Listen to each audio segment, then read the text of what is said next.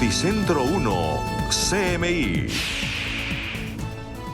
Buenas noches, bienvenidos a las noticias. Los siguientes son los 3 hechos más importantes de hoy en Colombia. En un hecho sin precedentes que se llevó a cabo en la ciudad de Ocaña, norte de Santander, 10 militares en retiro, entre ellos un general, reconocieron públicamente ante la justicia y ante las víctimas su participación en los llamados falsos positivos.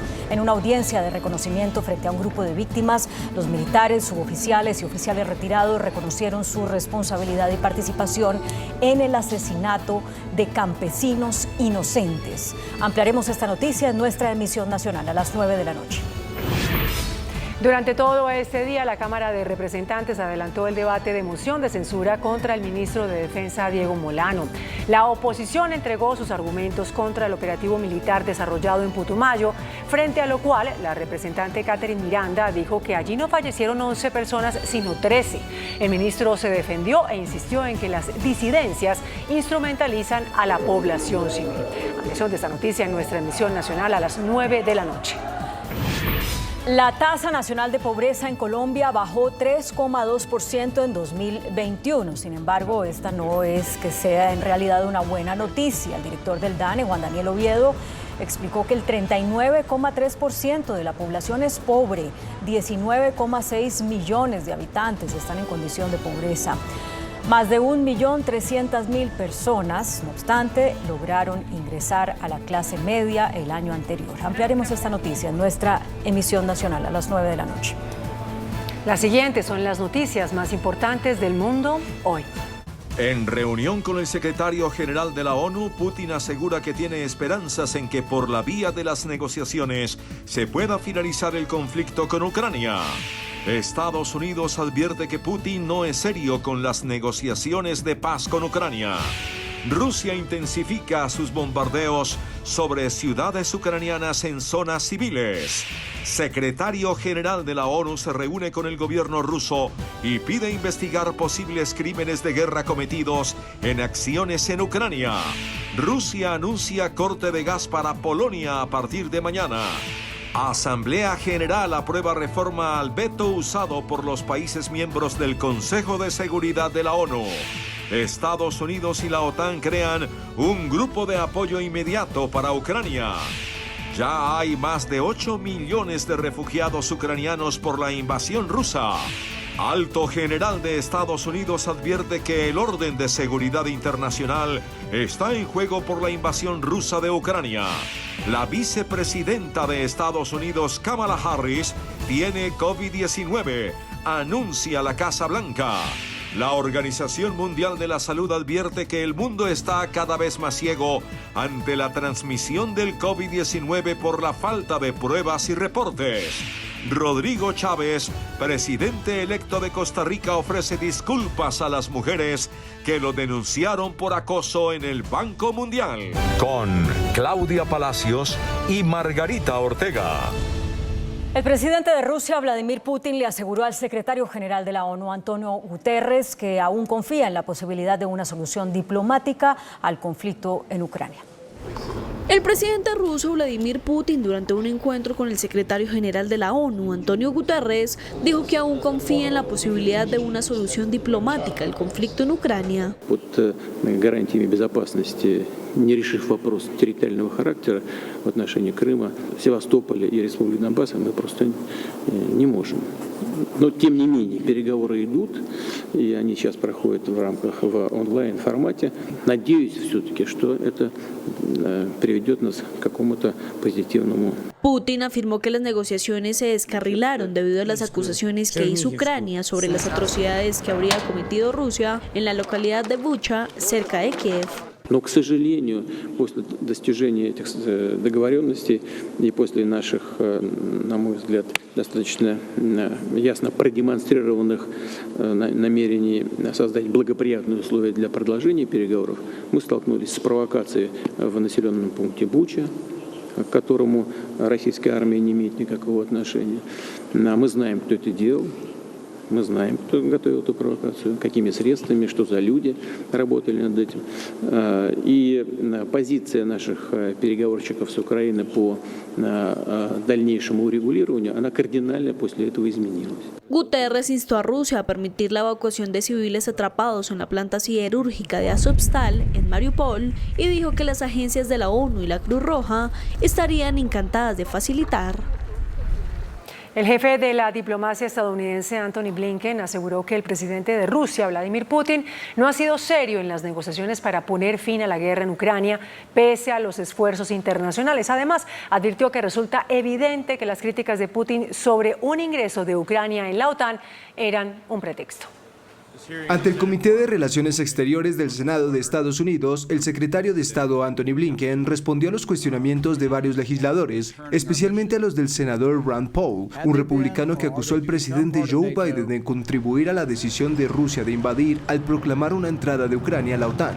Entre sus respuestas, Blinken afirmó que el presidente ruso Vladimir Putin no ha sido serio en las negociaciones para poner fin a la guerra en Ucrania, pese a los esfuerzos internacionales, y es por ello que Washington apoya de manera irrestricta el suministro militar a Kiev. Our purpose is to make sure that they have within their hands the ability to repel the Russian aggression and indeed to strengthen their hand at an eventual negotiating table. We've seen no sign to date that President Putin is serious about meaningful negotiations. If he is, and if the Ukrainians engage, we'll support that. Para el jefe de la diplomacia estadounidense, durante las negociaciones con Rusia antes de la invasión, quedó claro que las críticas de Putin sobre un ingreso de Ucrania a la OTAN solo fueron un pretexto para dar inicio a su ofensiva. Las Fuerzas Armadas ucranianas anunciaron la destrucción de un almacén de municiones prorruso en Jersón, el cual dejó 70 bajas en las tropas de Putin. Las Fuerzas Armadas de Ucrania aseguraron que asesinaron a más de 70 soldados rusos y destruyeron un almacén de municiones en la región de Jersón, situada en el sur del país. El ejército ucraniano subrayó que el enemigo ruso sigue llevando a cabo operaciones ofensivas en la zona operacional oriental para derrotar a las fuerzas conjuntas, establecer el control total de los territorios de las provincias de Donetsk y Lugansk y mantener una ruta terrestre con la Crimea ocupada. Según las autoridades ucranianas, el número exacto de muertos está siendo esclarecido, sin pronunciarse sobre bajas entre las fuerzas ucranianas. También destacaron que durante las últimas 24 horas han sido destruidos 3 aviones, 4 drones y 3 misiles de cruceros rusos. Asimismo, fueron destruidos 4 carros de combate, 5 sistemas de artillería y 13 vehículos blindados, entre otros materiales. Por su parte, Rusia intensificó el lanzamiento de bombardeos contra Ucrania y hay temor a que la ofensiva rusa pueda ampliarse a Moldavia, pues en las últimas horas atacaron la región separatista moldava de Transnistria.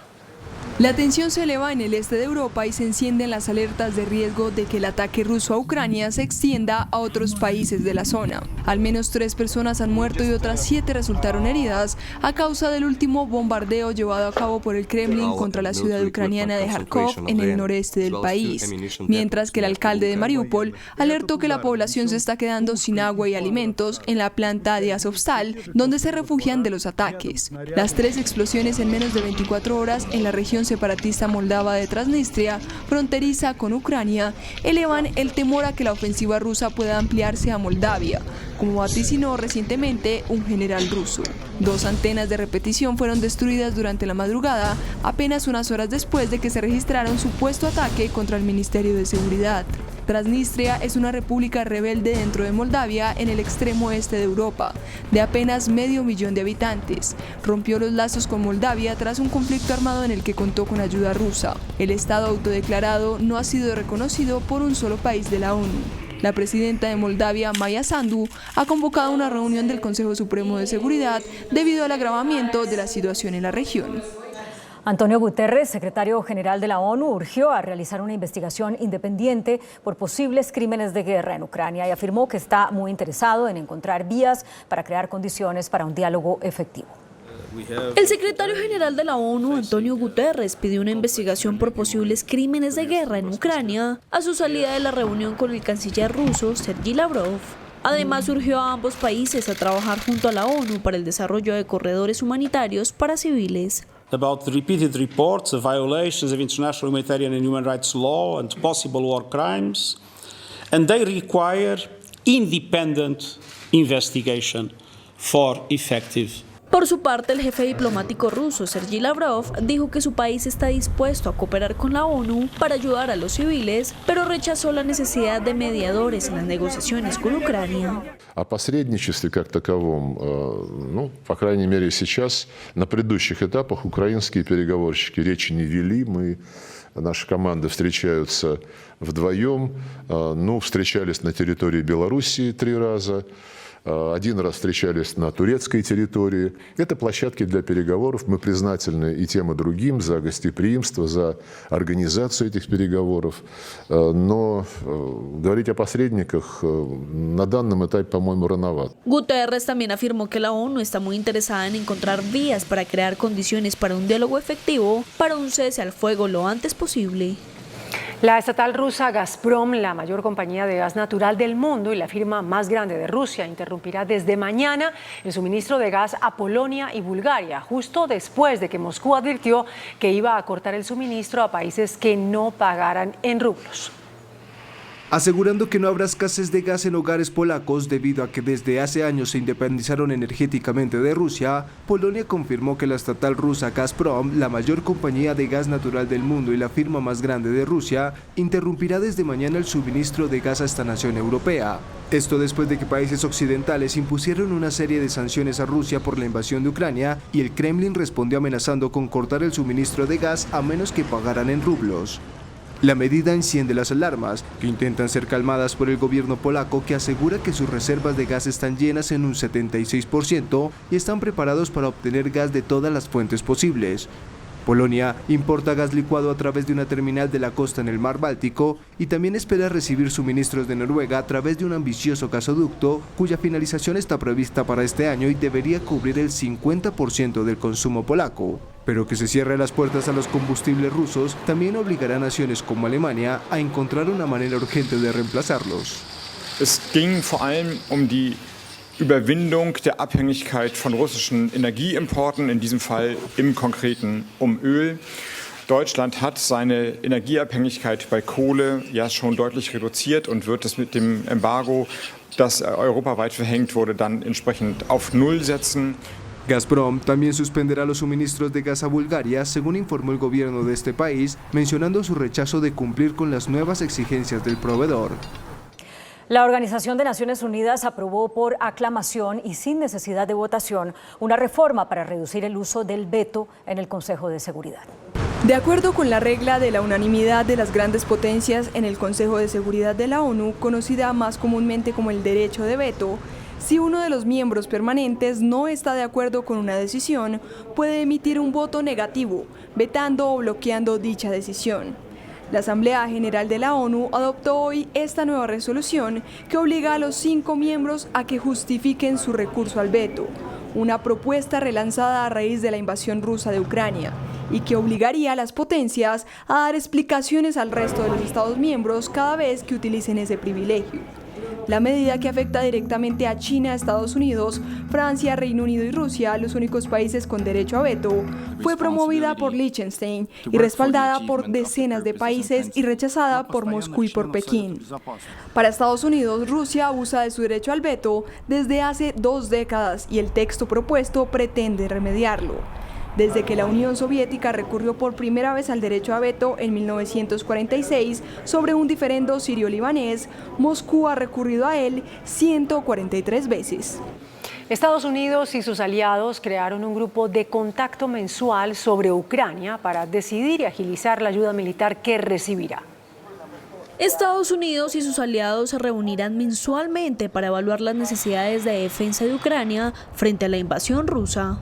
El secretario de Defensa de Estados Unidos, Lloyd Austin, manifestó que la reunión tiene como objetivo encaminar la acción de las naciones de buena voluntad para intensificar los esfuerzos, coordinar la asistencia y concentrarse en la victoria de las batallas de hoy y de los combates de mañana. We're going to build on today's progress and continue to reach out to nations of goodwill to help Ukraine defend itself. And we'll continue working transparently and urgently with our allies and partners. And we'll continue pushing to support and strengthen the Ukrainian military for the battles ahead. So we leave tonight strengthened, and so does Ukraine.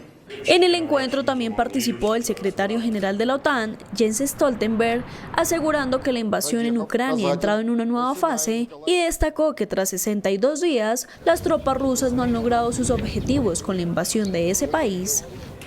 Rusia estudia suspender las elecciones regionales programadas para septiembre debido a la tensión por la guerra en Ucrania. El presidente de Rusia, Vladimir Putin, evalúa suspender las elecciones regionales programadas para septiembre debido a la tensión social por la guerra que lanzó contra el país vecino, Ucrania, y las sanciones impuestas por Estados Unidos y sus aliados. La propuesta podría presentarse formalmente este miércoles, ya que el mandatario tiene previsto reunirse con los legisladores en San Petersburgo.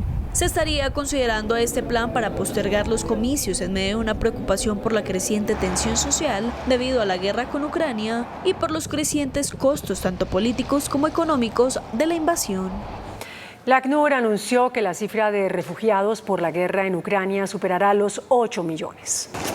La Agencia de las Naciones Unidas para los Refugiados prevé que antes de final de este año haya 8,3 millones de refugiados ucranianos, principalmente en países como Polonia, Hungría, Moldavia, Rumania y Eslovaquia. Launching an updated regional refugee response plan for the Ukraine situation yesterday, UNHCR and partners are seeking $1.85 billion to support a projected 8.3 million refugees in neighboring countries, namely Hungary, the Republic of Moldova, Poland, Romania, and Slovakia, as well as other countries in the region, including Belarus, Bulgaria, and the Czech Republic. La ACNUR había anticipado que el conflicto causaría 4 millones de refugiados, una cifra que ya se había rebasado, puesto que actualmente los huidos de Ucrania por la guerra son más de 5,26 millones.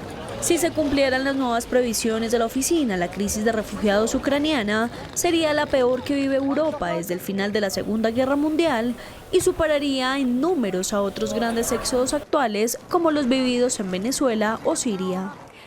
El alto general estadounidense Mark Milley aseguró que el orden de seguridad internacional está en juego por la invasión rusa a Ucrania.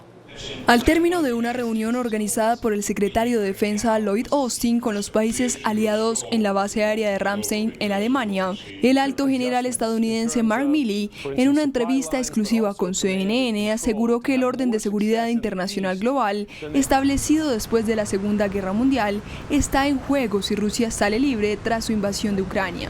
If there is no answer to this aggression, if Russia gets away with this cost-free, then so goes the so-called international order. And if that happens, then we're ending into an era of seriously increased instability.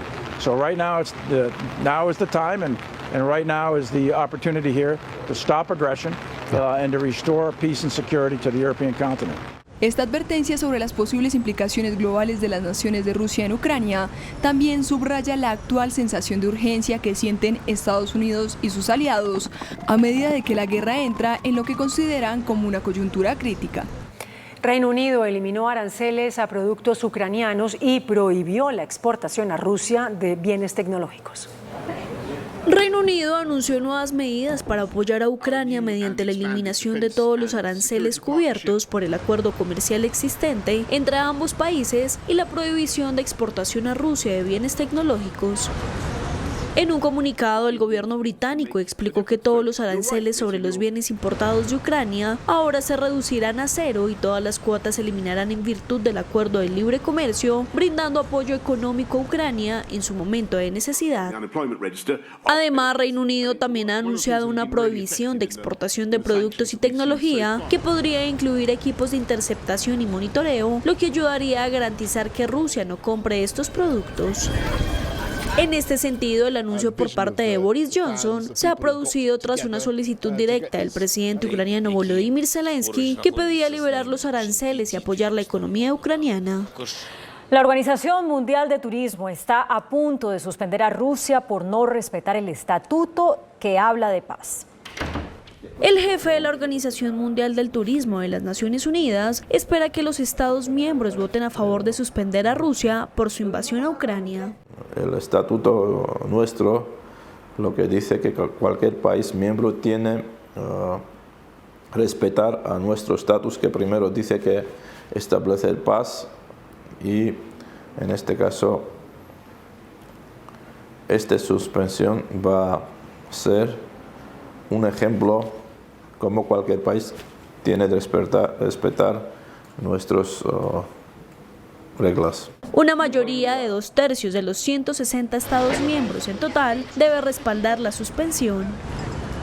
Pololikashvili dijo que espera que la membresía de Rusia en el grupo con sede en Madrid se suspenda al menos hasta el próximo año. Con esto, Rusia perdería temporalmente su participación en una organización que brinda apoyo técnico para promover el turismo, una medida que puede tener consecuencias más simbólicas para Moscú. La vicepresidenta de Estados Unidos, Kamala Harris, dio positivo para COVID-19. Luego de regresar de un viaje en California el fin de semana, la demócrata se realizó la prueba de PCR. No ha presentado ningún síntoma y se aislará y seguirá trabajando desde su residencia. La Casa Blanca confirmó que Harris no ha estado en contacto con el presidente Joe Biden ni con la primera dama. La Organización Mundial de la Salud alertó que estamos cada vez más ciegos ante la transmisión del COVID-19 debido a la fuerte disminución en las pruebas diagnósticas y en los reportes. Aunque hay algunas excepciones, los contagios de coronavirus siguen una tendencia a la baja en casi todo el mundo. Esto resulta muy esperanzador, pero parte de esta reducción puede deberse al menor número de pruebas que realizan los gobiernos, según advirtió la OMS. As many countries reduce testing, WHO is receiving less and less information about transmission and sequencing. This makes us increasingly blind to patterns of transmission and evolution.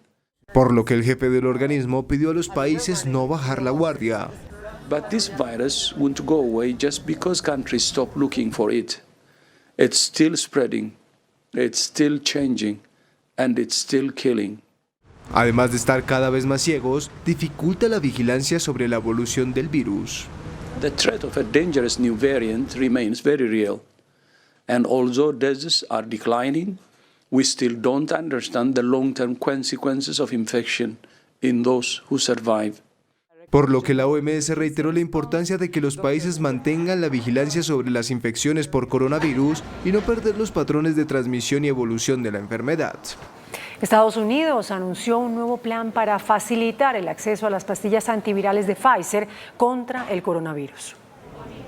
El gobierno de Estados Unidos anunció un nuevo plan para facilitar el acceso y generalizar el uso de las pastillas antivirales como tratamiento a los casos de COVID-19, especialmente de una de las que se han demostrado más efectivas, Paxlovid de Pfizer.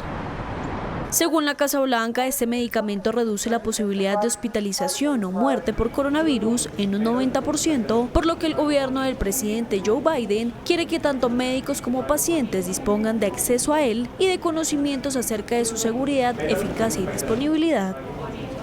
El plan anunciado por la administración demócrata se compone de 4 iniciativas, las cuales son redoblar en cuestión de semanas el número de lugares en los que las pastillas antivirales están disponibles para los pacientes, ampliar la cantidad de puestos conocidos como test y tratamientos a los que cualquier persona puede acudir para hacerse una prueba de COVID-19 y si resulta positiva obtener la medicación allí mismo, y por último es dar más guías y herramientas a los profesionales de la salud para ayudarlos a entender mejor este medicamento y lanzar una campaña comunicativa para informar al público general de que este tratamiento es seguro y efectivo. El gobierno de España, que está envuelto en un escándalo de espionaje contra líderes independentistas catalanes, aseguró que dicho espionaje se hizo a un grupo menor y con permiso judicial.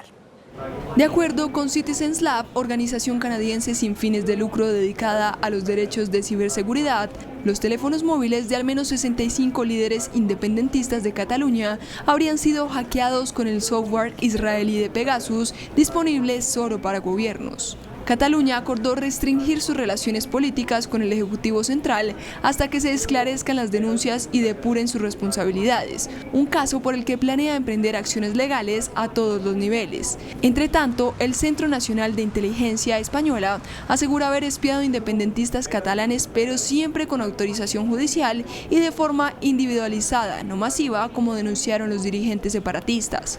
Las fuentes que pusieron en duda el rigor del informe de Citizens Lab afirmaron que el servicio de espionaje actuó siempre bajo control judicial del Tribunal Supremo de España.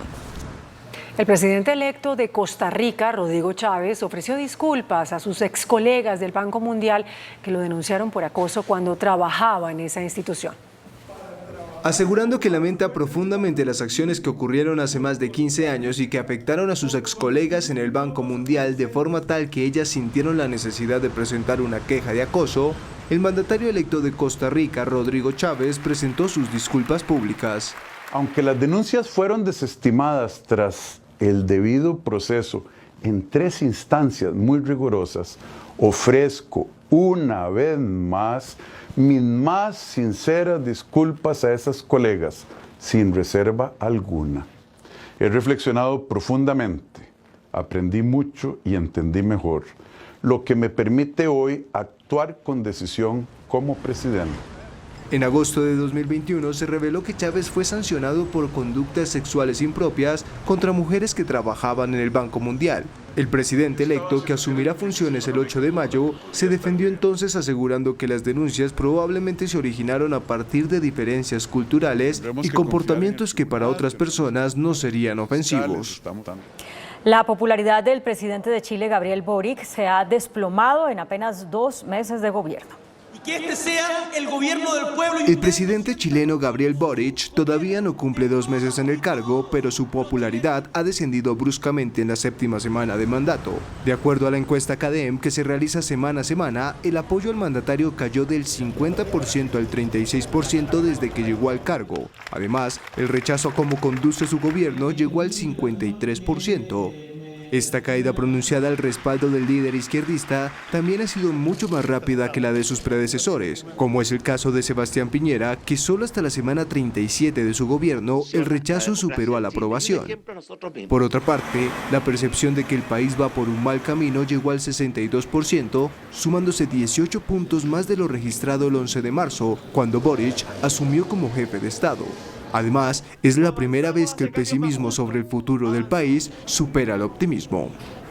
La ONU alertó sobre la alta demanda de arena a nivel mundial y su sobreexplotación. De acuerdo con este informe de Naciones Unidas, la arena es el material sólido más utilizado en el mundo, solo el agua supera su uso. El organismo destaca la dependencia global de un recurso cuya explotación carece de una normativa. El estudio alertó que su extracción puede provocar erosión y deterioro de la biodiversidad, entre otros daños que suponen una amenaza a los medios de subsistencia de millones de personas.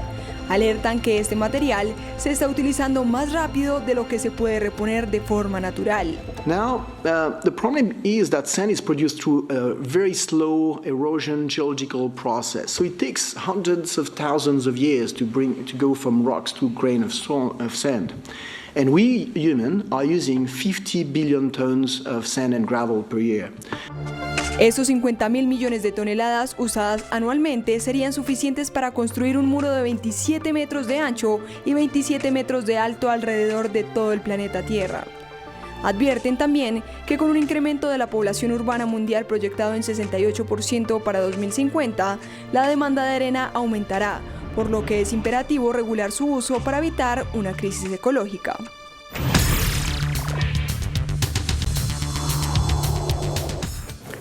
Muy buenas noches. Nuestro invitado de esta noche es el doctor Gustavo Petro, candidato favorito a la presidencia de la República según todas las encuestas. Doctor Petro, muy buenas noches. Buenas noches, Yemid. ¿Cómo está usted? Muy bien, muchas gracias. ¿Cómo están las cosas con el general Zapatero, doctor Petro? Pues mías personales, no tengo ningún problema. No lo conozco personalmente, nunca creo que hemos tenido algún tipo de conversación, en algún tipo de reunión, ni pública ni privada. Entonces, de él no tengo más que llamémosla, una buena imagen que se ha venido deteriorando un poco con sus apreciaciones, que me parece son muy erróneas desde el punto de vista institucional. Porque nosotros queremos un ejército, unas fuerzas militares y en general una fuerza pública armada que subordine sus armas a la Constitución, a la ley a los derechos y las libertades de toda, sin exclusión, la ciudadanía colombiana. Pero usted no considera, o considera, mejor dicho, intervención en política la del general. Mira, me parece incluso peor la posición de Duque.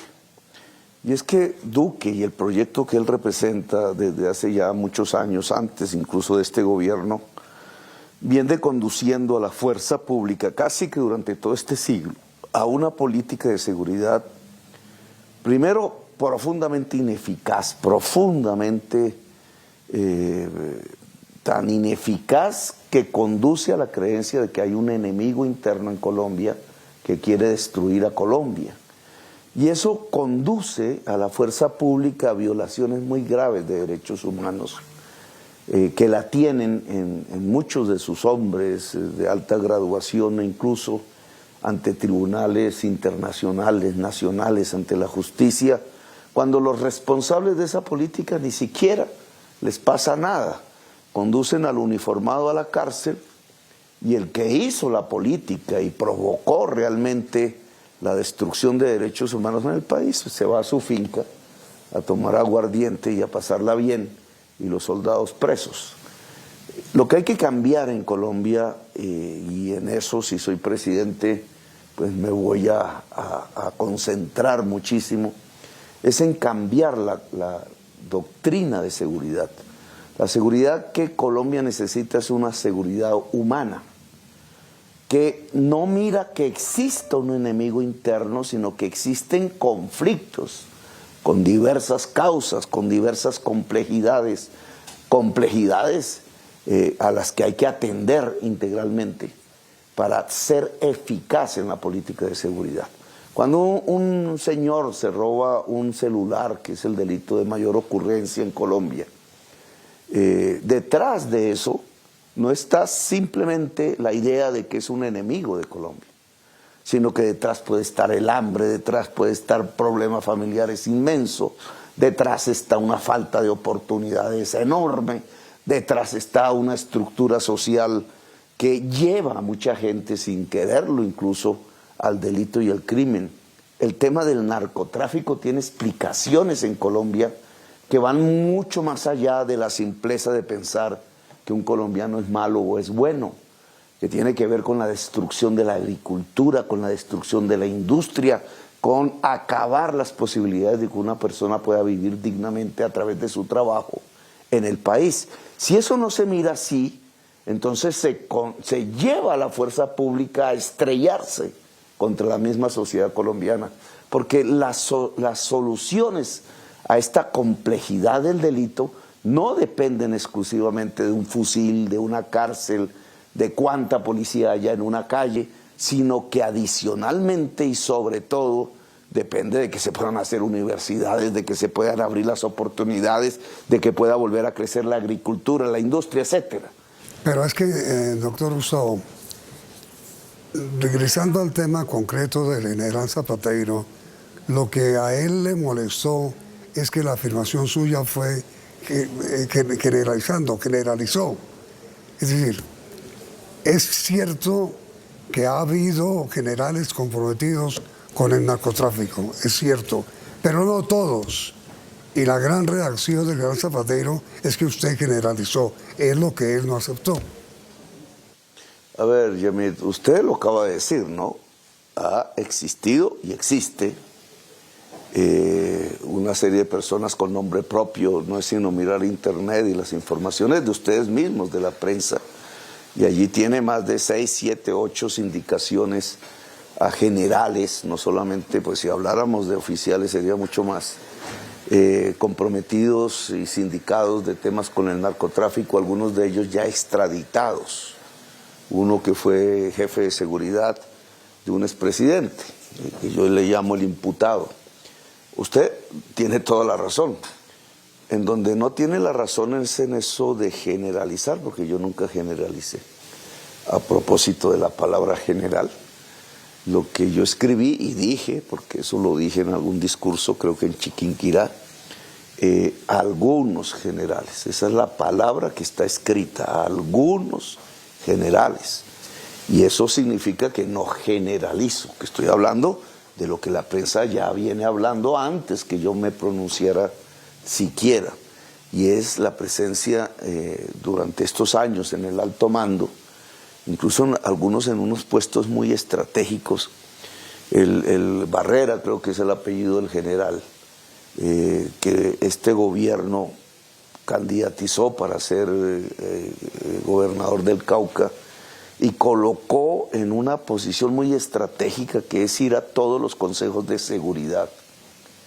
Pues según las declaraciones del Clan del Golfo, del señor Otoniel, alias Otoniel, pues era el hombre de ellos, estaba en su nómina, es decir, que un delegado vestido de uniforme del Clan del Golfo iba a todos los consejos de seguridad del gobierno de Duque. Imagínense esa circunstancia, es que no más una circunstancia de esas que colocan inseguridad a toda la fuerza militar de Colombia y a la ciudadanía, a armados y no armados, porque empieza a percibir la información de la estrategia, de la táctica, de lo que se va a hacer, de lo que no se va a hacer, de por dónde va una ofensiva, de por dónde no va a ir, y se la van pasando al Clan de Golfo, es decir, a los que están dispuestos a disparar, en este caso particular.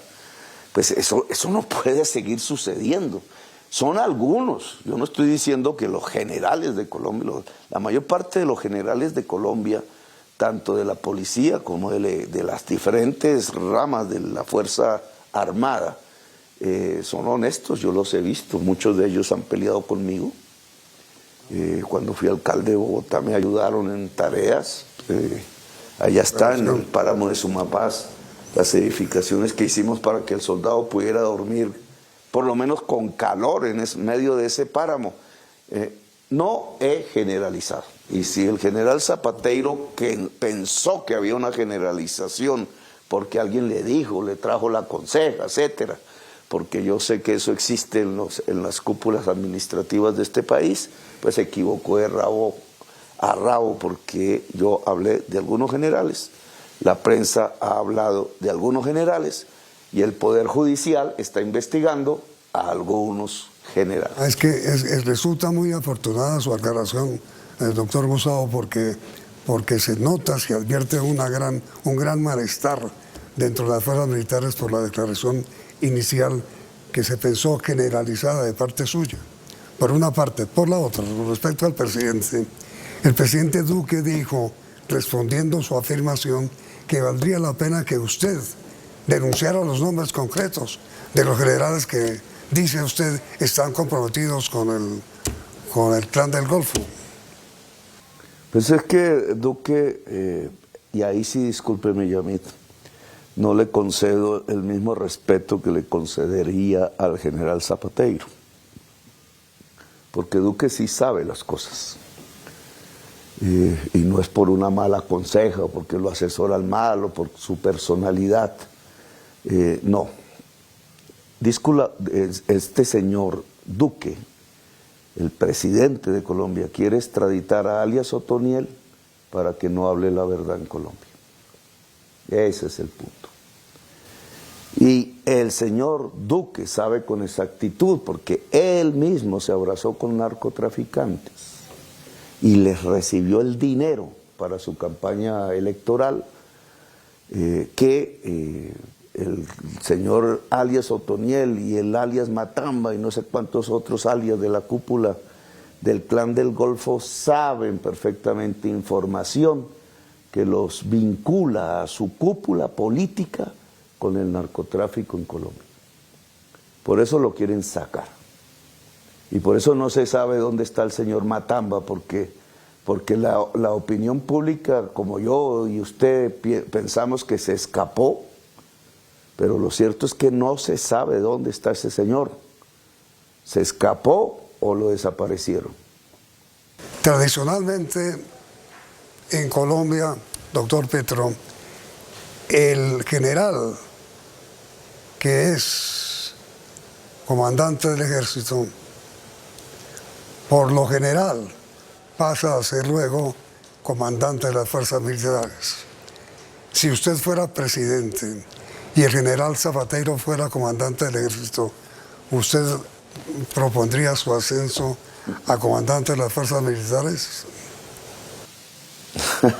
Yamit, ya me puso usted en un problema, pero yo voy a tener una línea de conducta al respecto que tiene que ver con las cúpulas en general de cualquiera de las ramas de la fuerza pública, y es el mérito. El mérito y la no violación de derechos humanos, ojo, porque pues hay lamentablemente un largo historial allí. Unos oficiales no están comprometidos, otros sí, en procesos judiciales, en la Procuraduría, etc. A mí lo que me interesa es que la cúpula de la policía y la cúpula del ejército y de la Armada y de la Fuerza Aérea sean garantía plena para la ciudadanía de que esa cúpula no está inmersa ni en violaciones de derechos humanos, ni de relaciones no santas, ni con la corrupción, ni con el narcotráfico, ni con nada de eso, y que pueda garantizar que la fuerza pública entonces es adicta a la Constitución Nacional, la obedece, la respeta. La Constitución Nacional es nuestro libro político, sagrado, entre comillas, no pertenece a lo divino, pertenece a lo terrenal, pero es nuestro punto común de acuerdo. Si algún uniformado decide que no le gusta tomar una posición contraria, pronunciarse en contra, que está prohibido, pues no puede seguir con el uniforme. Así de simple. Y eso no pasa solo en Colombia, en cualquier parte del mundo democrático debe ser así. ¿Por qué ese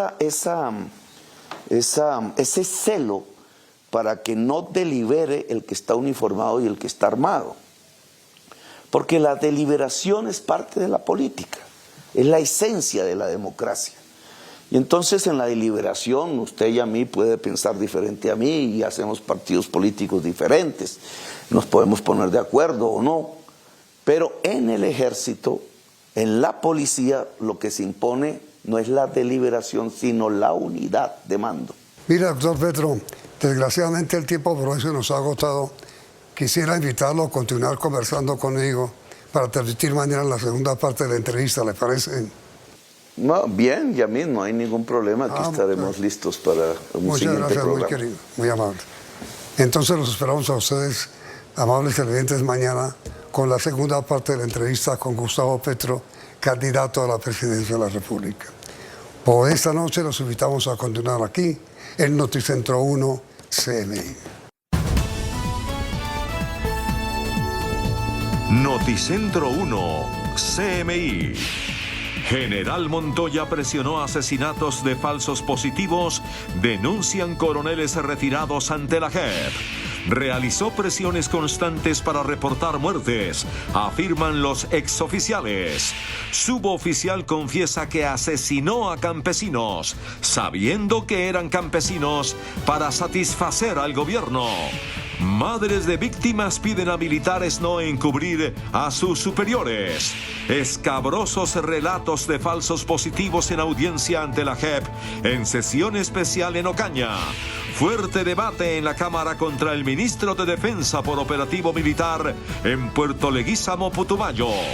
El ministro se defiende en moción de censura y dice que el operativo era contra disidencias de las FARC.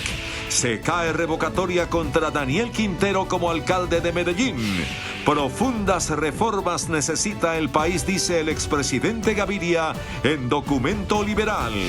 Junta de Parlamentarios Liberales faculta a Gaviria para llegar a un acuerdo programático con Fico Gutiérrez. Embajador de Estados Unidos alerta sobre posible injerencia extranjera en elecciones. Alerta en las riberas del río Bogotá. Emergencia en Tocaima. Graves daños en siembras de papa, hortalizas, frutas y flores en la sabana de Bogotá por invierno. Sigue asesinato de líderes. 2 víctimas más en Cantagallo, Bolívar. Extraña muerte de un joven en un retén de la policía en vía Zipaquirá, Ubaté. Buscan propietario de bolso con millones de pesos olvidado en Usaquén.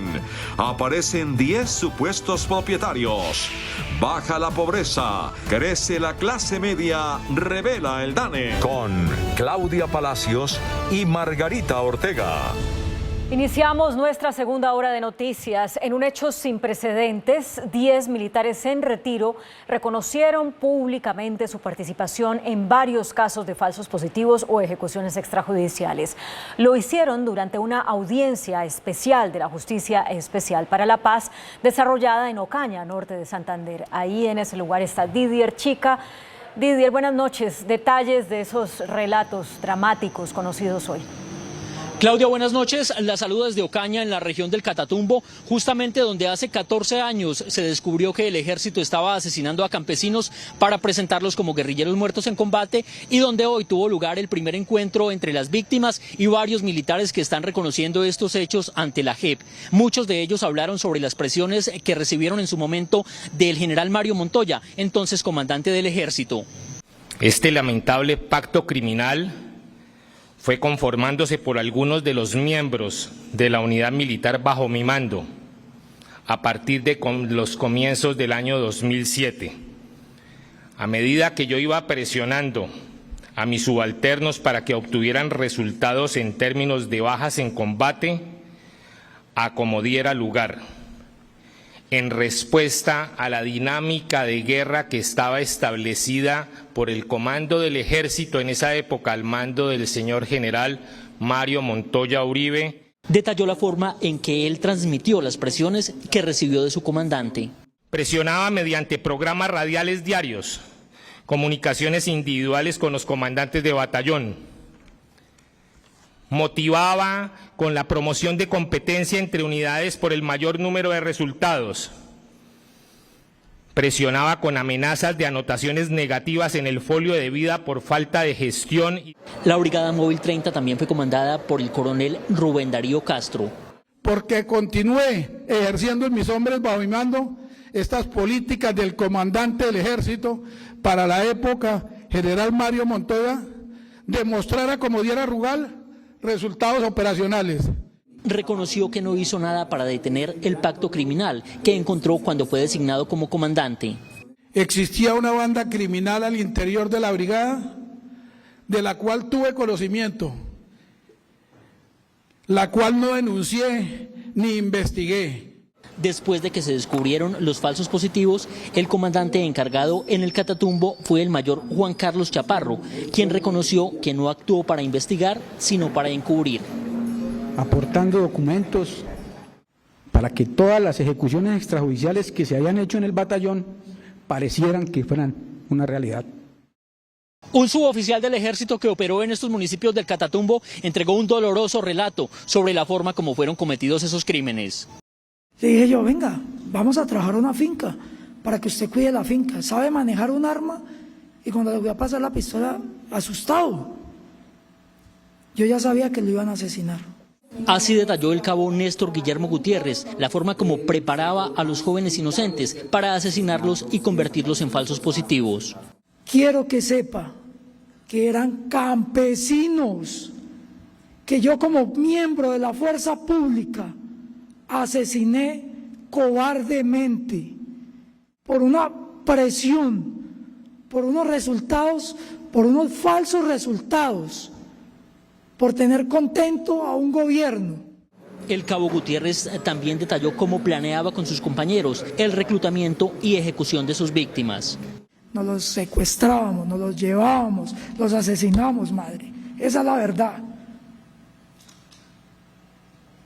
Y hay algo, un delincuente cuando ve a un policía o un militar huye. Una persona inocente no huye, confía. Entonces cuando nos veían, venían tranquilos porque no debían nada. Las víctimas escucharon atentamente a los militares y señalaron que es necesario que sus declaraciones sean más amplias y se delate a los superiores. Hoy nos dicen que eso viene de la parte de arriba, Entonces, de arriba del presidente, el presidente que tenía el mandato era Uribe. Después de Uribe teníamos el de defensa, que era Santos. A los señores comparecientes, les pido de limpiar el nombre de nuestros familiares, que nuestros familiares lleven ese honor, que eran campesinos, trabajadores, no como los tildaron de guerrilleros, de subversivos. Si ustedes están aquí comprometidos con la verdad, ¿por qué no hablan de las cabezas de la estructura criminal que ustedes actúan por órdenes de superiores? O de lo contrario, creo que no hay verdad. Los que están sentados como máximos imputados, ya que dieron órdenes de ejecución, pero a la vez están encubriendo a los más altos mandos, señores imputados. Una confesión similar a la que hicieron hoy los militares tendrán que hacer en las próximas semanas ante la JEP los excomandantes de las FARC, quienes también fueron imputados por ese tribunal por los más de 7.000 secuestros que cometieron. Información desde Ocaña, norte de Santander, Didier Chica, Noticentro 1, CMI.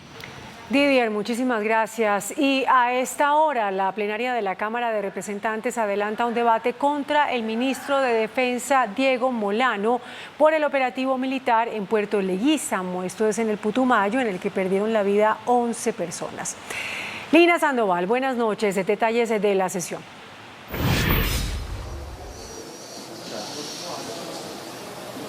Muy buenas noches, televidentes. Miren, en este debate que duró casi 11 horas en la plenaria de la Cámara de Representantes, este debate de moción de censura contra el ministro de Defensa, se vivieron momentos álgidos. En esta Cámara de Representantes, en el Salón Boyacá, acusaciones, también hubo defensa por parte del ministro de Defensa, hubo cuestionamientos de la representante Catherine Miranda por el número de personas que fallecieron en este operativo militar en Puerto Leguízamo, Putumayo, porque según se había informado fueron 11 personas, pero la representante señaló que fueron 13 personas. Estos son todos los momentos que se presenciaron en este debate. La primera en intervenir en el debate fue la representante de la oposición, Catherine Miranda. Dijo que en el operativo en Puerto Leguízamo, Putumayo, 13 personas perdieron la vida y no 11, como hasta el momento había sido informado.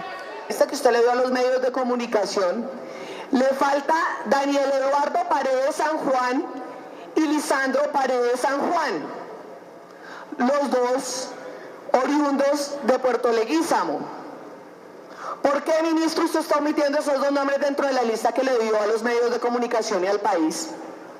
¿Por qué la lista que usted da no concuerda con la lista que entregó la Fiscalía y Medicina Legal, que es la identificación de los cuerpos?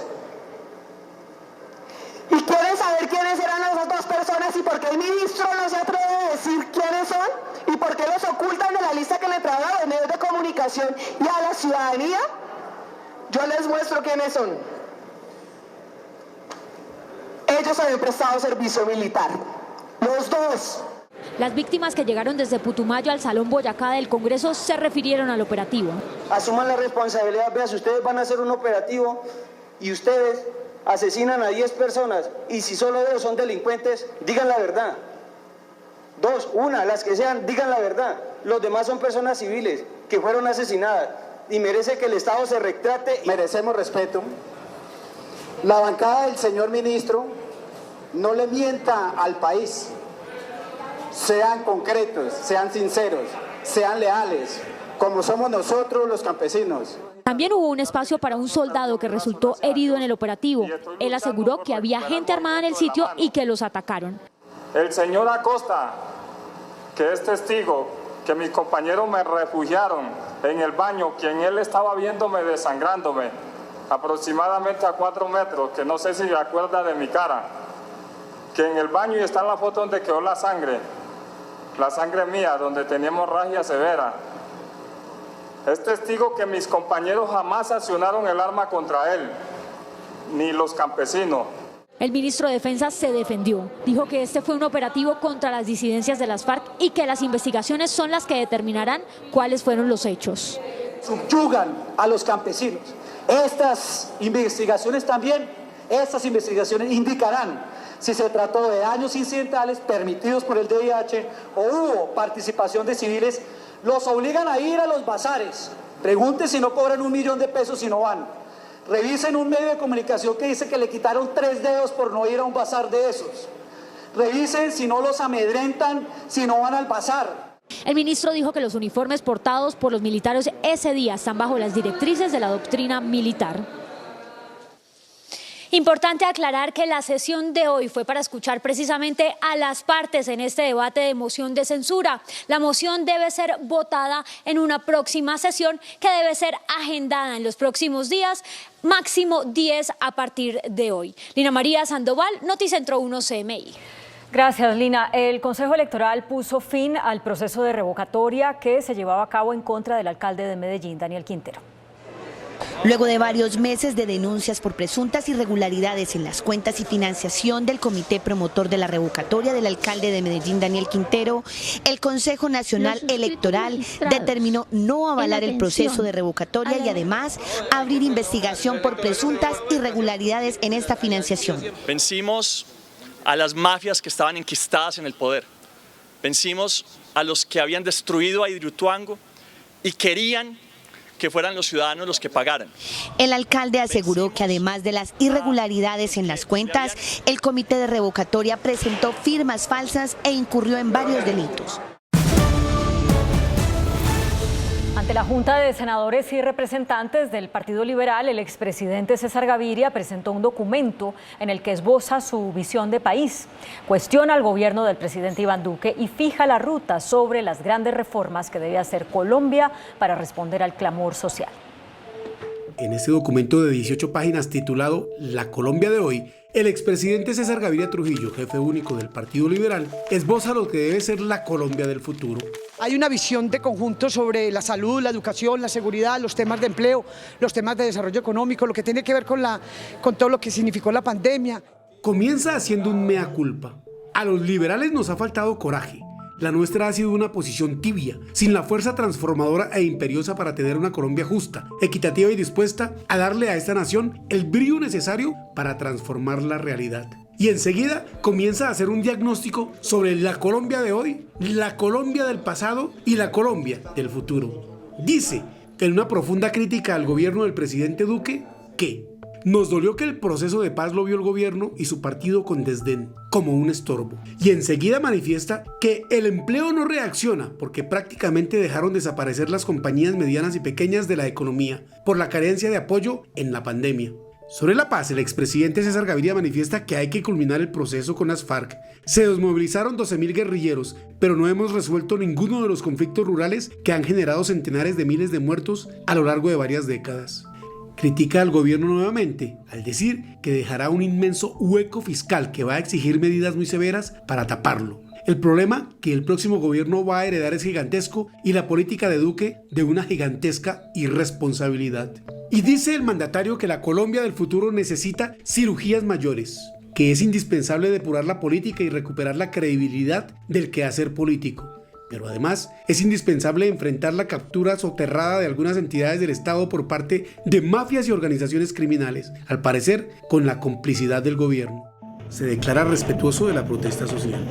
Sigo sin creer que intimidar las protestas con amenazas le sirve a la sociedad y al gobierno. Eso es echarle leña al fuego.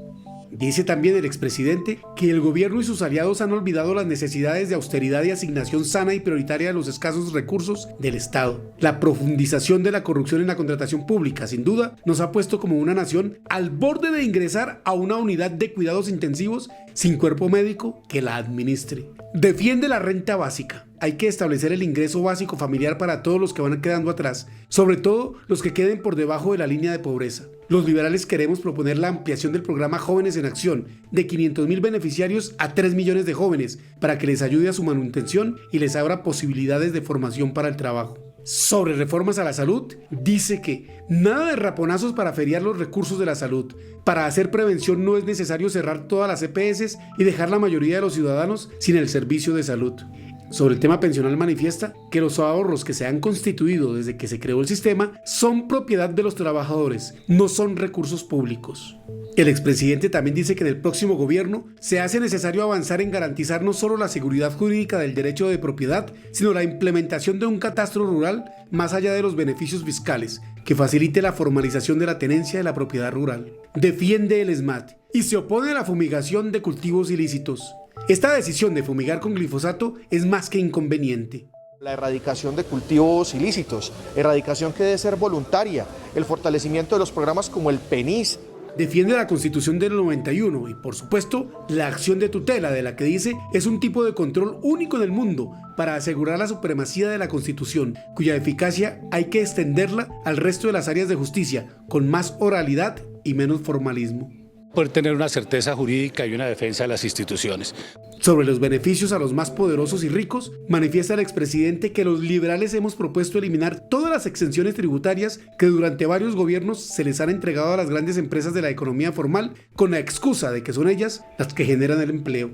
En su documento de 18 páginas, el expresidente advierte: no podemos dejar que del país se apodere el populismo o el autoritarismo. La retórica vana de sembrar entre los ciudadanos miedos, odios y temor al cambio no es lo nuestro. No queremos la nostalgia de algún caudillo montado en su caballito, tratando de vender el mito que pretende que solo determinada persona puede gobernar el país. Todo liderazgo incapaz de mostrar una visión y de dar pasos dolorosos, aunque sean razonables, no es liderazgo sino escapismo, paternalismo. Ante los parlamentarios de su colectividad, Gaviria dijo: no otros 4 años de polarización, ni de vivir en función de las pujas del Partido Centro Democrático y los otros partidos afines con el expresidente Uribe, que ha estado en el gobierno por 12 años, donde las recriminaciones y los odios han terminado por prevalecer sobre los verdaderos problemas del país. En su documento sobre visión de país, el expresidente César Gaviria manifiesta que el liberalismo debe comprometerse a fondo con la reforma del Estado, haciendo cirugías profundas que Colombia necesita. Y esta noche Gustavo Petro se refirió al anunciado acuerdo entre el Partido Liberal y el también candidato presidencial Federico Gutiérrez, que será sellado en las próximas horas. Las críticas contra César Gaviria, quien buscó hasta última hora para hacer acuerdos políticos con él, las hizo Gustavo Petro desde Ipiales, donde adelantó campaña política esta tarde. Al final van a gobernar como gobernó Gaviria, con sus privatizaciones, con volver el agua potable un negocio, con volver la electricidad un negocio. El que se apellida Gutiérrez, que acaba de demostrarle a Colombia que hizo un gobierno en donde juntó paramilitares, dizque para cuidar la seguridad de la ciudadanía. Petro, también desde Tarima, convocó a las bases liberales a votar por el pacto histórico. El candidato Federico Gutiérrez agradeció al Partido Liberal la decisión de que por medio del expresidente César Gaviria se busque un acuerdo programático con su campaña. Federico Gutiérrez se notó complacido sobre el anuncio realizado por el Partido Liberal de apoyar a su candidatura a la presidencia de la República. En su visita a Pasto, además de dar a conocer sus propuestas, dio la bienvenida a los diferentes sectores que se unan a su campaña. Yo le doy la bienvenida al Partido Liberal, le doy la bienvenida a los liberales. Yo les doy la bienvenida a todos aquellos sectores políticos y sociales que quieran acompañar nuestra propuesta, porque nuestra propuesta es de unidad, no más polarización. Fico pidió transparencia en los sufragios del mes de mayo para renovar la confianza de los electores en la institucionalidad y fortalecer la democracia. Estados Unidos y Colombia alertaron hoy sobre una posible injerencia extranjera en las elecciones presidenciales. El embajador de Estados Unidos en Colombia manifestó que está preocupado ante una potencial injerencia extranjera en los próximos comicios presidenciales. La posible intervención de otros países en las elecciones, y estamos trabajando con el gobierno, con todas las autoridades competentes para prevenir esa intrusión en la campaña. La canciller se abstuvo de dar nombres, pero aseguró que la alarma viene de países afines a las dictaduras. La Corporación Autónoma Regional de Cundinamarca alertó sobre la alta vulnerabilidad en los municipios de la cuenca baja del río Bogotá debido a las lluvias. Es el río Bogotá, vía Mesitas del Colegio. Sus aguas hablan de los fuertes niveles que alcanza en medio de la primera temporada de lluvias del año. Así, se ve hoy el Salto del Tequendama. Según la CAR, este sector, el Portillo, entre los municipios de Apulo y Tocaima en Cundinamarca, en la cuenca baja del río Bogotá, es uno de los puntos más críticos, ya que según el organismo, el nivel de las aguas ha subido por encima de 5,35 metros, cuando el nivel de advertencia está en 3,40 metros. Por ello, el llamado absolutamente especial a que los habitantes tengan precaución. Municipios como Girardot, como Tocaima, como Apulo, deben de tener como un punto en el orden a tratar la prevención para proteger las vidas humanas. Río abajo en la región, las lluvias no dan tregua. En Biotá, estas son las huellas que deja el invierno.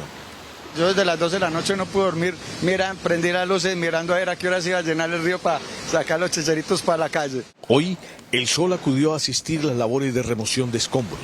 Sin embargo, la vía Apulo-Tocaima está cerrada. Cerca de 100 metros de la banca fueron arrastrados por un desprendimiento de tierra. Desde esta sala, la CAR monitorea en tiempo real el comportamiento de los ríos en todo el departamento. Justamente por el invierno han resultado afectados los agricultores de la sabana norte de Bogotá.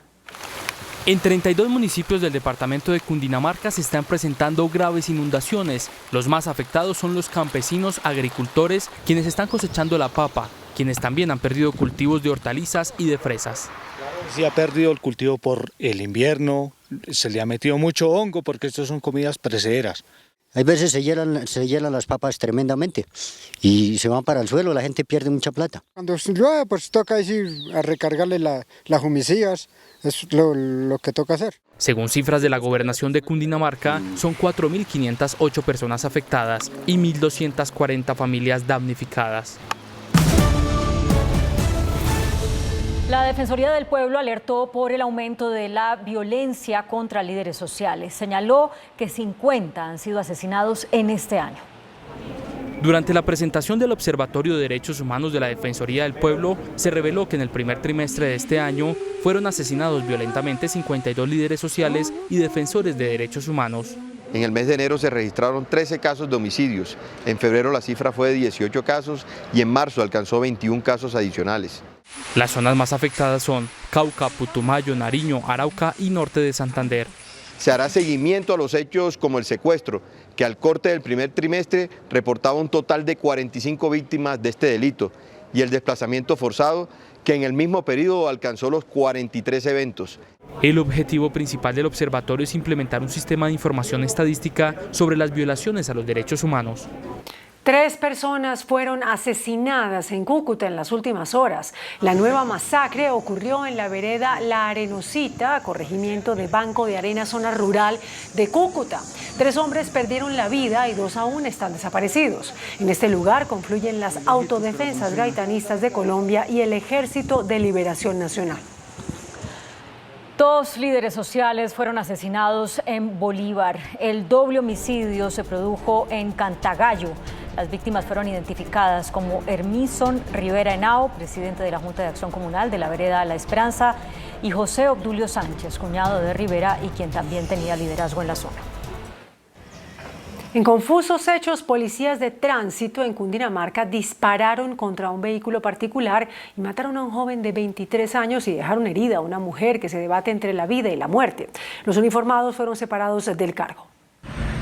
Así quedó la camioneta que fue baleada por uniformados en la vía que conduce de Zipaquirá a Ubaté. Según cuenta el conductor, los policías abrieron fuego sin ninguna razón, acabando con la vida de Steven, quien iba como copiloto, y dejando gravemente herida a una mujer que estaba en la parte trasera. Mientras vamos a tanquear, ellos nos abordan con pistolas y matan a Steven. Los uniformados de carreteras habrían disparado por lo menos 4 veces contra el vehículo. Una de las balas se alojó en la cabeza de Steven, de 23 años, quien trabajaba como operario logístico. Justicia y que se esclarezca este caso y que caiga todo el peso de la ley sobre estos asesinos. El único hijo, el que miraba por nosotros, porque nosotros ya somos de la tierra de Daya, nosotros dependemos de él. La policía separó del cargo a los uniformados involucrados. La Policía Nacional aperturó la respectiva investigación disciplinaria. Los hechos se registraron en la madrugada de este martes. Noticentro 1 CMI conoció un informe de la Fiscalía que revela los avances en los procesos judiciales que se adelantan por hechos ocurridos durante el paro nacional. Al cumplirse un año del estallido social, aún se investigan 29 homicidios y 8 personas siguen desaparecidas. Este 28 de abril se cumple un año del paro nacional. Noticentro 1 CMI conoció el informe de la Fiscalía General de la Nación en el que se resumen las actuaciones e investigaciones por los hechos que rodearon estas protestas. De acuerdo con el informe, durante el paro se registraron 29 homicidios, 16 en Cali, 5 en otros municipios del Valle del Cauca, 3 en Cundinamarca, 3 en Bogotá, 1 en Popayán y 1 en Ibagué. Entre las víctimas hay un menor de edad y un indígena. Ya hubo imputación de cargos contra 10 integrantes de la fuerza pública y 9 civiles por 19 de estos homicidios. En los otros 10 casos aún no se establece responsabilidad alguna. Asimismo, se recibieron 627 reportes de personas desaparecidas durante el paro nacional, 295 fueron localizados, 132 corresponden a registros duplicados, 192 fueron inadmitidos y 8 personas siguen sin aparecer. La Fiscalía también investiga 8 delitos sexuales contra mujeres en el marco de las protestas. La Fiscalía también reporta la captura de 110 personas señaladas de pertenecer a la primera línea. A 107 de estas ya se les imputó cargos y 75 serán llevadas a juicio. Colombia reportó una reducción en los contagios por COVID-19 en las últimas 24 horas. Se confirmaron otros 202 casos positivos de COVID, mientras que 3 personas murieron. Se procesaron 18.000 pruebas en los laboratorios del país. La Policía Nacional busca al propietario de un maletín que fue entregado en la estación de Usaquén con una millonaria suma de dinero. En un acto de solidaridad y honestidad, un ciudadano entregó una millonaria suma de dinero que encontró en la localidad de Usaquén. La policía hace un llamado para que se acerque a la estación de policía la persona que perdió ese dinero. Nos abstendremos de dar información específica sobre el lugar, la hora o el día o el monto del dinero con el fin de que no sea reclamada por una persona a la cual no le pertenezca. Hasta el momento han llegado a reclamar el dinero más de 10 personas. Sin embargo, las autoridades buscan al verdadero dueño de la plata que se perdió en la localidad de Usaquén. Ninguna de las versiones de estos sujetos que han llegado coincide con la cifra exacta que tiene la policía en su poder. El INVIA reportó 253 cierres totales en varios corredores viales del país por cuenta de las lluvias. De acuerdo con el reporte de la entidad, se han registrado 570 emergencias en las carreteras del país. Se presentan 253 cierres totales y al menos 317 cierres parciales. Meta, Chocó, Antioquia, el eje cafetero, Boyacá y Cundinamarca entre los más afectados. Se suman Tolima, Huila, Casanare y Cauca. El Instituto Nacional de Vías ha redoblado sus esfuerzos en los 318 corredores a su cargo por cuenta del aumento de las precipitaciones en todo el territorio nacional. Por otro lado, se registran retrasos en varios aeropuertos del país. El Dorado presentó durante el día demoras hasta de 3 horas en sus itinerarios. La tasa nacional de pobreza bajó 3% en el 2021, según el DANE. Más de 1.300.000 personas ingresaron a la clase media. Según el DANE, la llamada pobreza monetaria, es decir, la que se mide por ingresos, que en el año 2020 fue de 42,5% de la población, en el año 2021 bajó a 39,3%. Según el organismo estadístico, en Colombia hay más de 19.621.000 personas en condición de pobreza. El DANE define a los pobres como las personas que viven con menos de 354.000 pesos al mes. Según el director del DANE, a pesar de los subsidios del gobierno, todavía se requiere seguir reduciendo la pobreza con más empleos. El núcleo reductor de la pobreza, sobre todo la pobreza urbana, que fue la que más se vio afectada como consecuencia de la pandemia, pues está asociada con la dinamización de los mercados laborales y la generación de nuevas oportunidades de empleo. Por clases sociales, 39,3% están en la pobreza, 31% son vulnerables, clase media 27,8% y clase alta solo 1,8%, mientras en 2019 había 14,7 millones de personas en la clase media. En 2021 la cifra fue de 13,9 millones de personas. El DANE reportó un creciente pesimismo de los hogares sobre la situación económica. El director de la entidad, Juan Daniel Oviedo, reveló que el porcentaje de jefes de hogar que teme un deterioro de su economía aumentó a 28% en marzo. La alta inflación y la inseguridad preocupan a las familias. El presidente Iván Duque aseguró hoy que el país no requiere una nueva reforma tributaria y tampoco una pensional, porque en su concepto su gobierno dejará financiados los programas sociales. El presidente Iván Duque hizo hoy ante directivos de empresas estadounidenses un balance de la gestión económica de su gobierno, que concluirá dentro de 103 días. Aseguró que en su opinión el próximo gobierno no tendrá que tramitar de entrada una reforma tributaria y menos si se piensa recargarla a los empresarios. Pueden borrar con el codo lo que hemos logrado, y es que las reformas fiscales han sido pro empresa, y si son pro empresa son pro inversión, y si son pro inversión son pro empleo. También considera que no es necesaria una reforma pensional como lo están proponiendo en campaña electoral. La reforma pensional más importante a la cual nosotros podemos aspirar es una formalización laboral masiva y dinámica. El índice de capitalización de la bolsa, que mide el comportamiento de las 20 principales acciones, cerró a la baja. El índice selectivo MSCI Colcap de la Bolsa de Valores de Colombia bajó 0,04% a 1.575 puntos.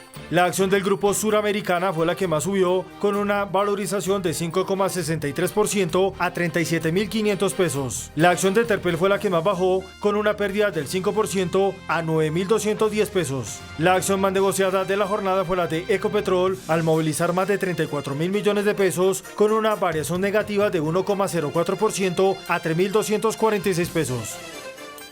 El dólar cerró al alza. Indicadores económicos en Noticentro 1 CMI. La tasa representativa del mercado que regirá para mañana miércoles será de 3.947 pesos con 63 centavos. Los profesionales del cambio compran la divisa en promedio entre 1.750 pesos y la venden entre 1.800 pesos. Un euro cuesta 4.196 pesos con 50 centavos. La libra de café en Nueva York se cotizó a $2.21. El azúcar se transó en 18,95 centavos de dólar la libra. El barril de petróleo WTI se cotizó en $101.71. La referencia Brent para Colombia se cotizó en $105.08. Una acción de Ecopetrol cuesta 3.246 pesos. Noticentro 1 CMI presenta una empresa comprometida por Colombia. Para llevar la mejor tecnología al Valle del Cauca, Claro y Claro por Colombia, su estrategia de sostenibilidad, conecta a 2.716 estudiantes a Internet gratuito en Palmira, Tuluá, Buga y Buenaventura, con la iniciativa de Escuelas Conectadas. La idea con nosotros es continuar con este proceso. Agradezco a Claro la oportunidad que nos dieron de tener este internet social, sobre todo en esta zona que es tan vulnerable del barrio La Emilia. Es mucho más rápido, las consultas se dan más fácilmente. Yo creo que nos ha mejorado muchísimo. Entonces los niños se han ido familiarizando fácilmente con todo lo que tiene que ver con los equipos. En este momento uno puede aprender demasiadas cosas que nos pueden servir para el futuro. Conectando cada semana Internet gratuito a una escuela, Claro por Colombia continúa apoyando los procesos educativos y fortalecimiento de las habilidades digitales de más de 1.299 estudiantes de género femenino, 53 pertenecientes a minorías étnicas y 67 estudiantes que han sido víctimas o que han sufrido algún tipo de desplazamiento en el Valle del Cauca. Es que un niño usted lo mete en un aparato con la Internet y para ellos se les abre un nuevo mundo. Con 768 estaciones base en Valle del Cauca, Claro cubre el 100% de las cabeceras municipales con Internet móvil 4G, lo que ha ayudado a muchos emprendedores. La tecnología ha sido súper importante para el crecimiento de Dulcenata, porque digamos a través de las redes sociales es que nosotros nos damos a conocer aún más como marca. La comunicación digital es el nuevo voz a voz. Y pues es definitivamente lo que nos ayuda a crecer a los emprendimientos. Claro por Colombia, tecnología que transforma vidas.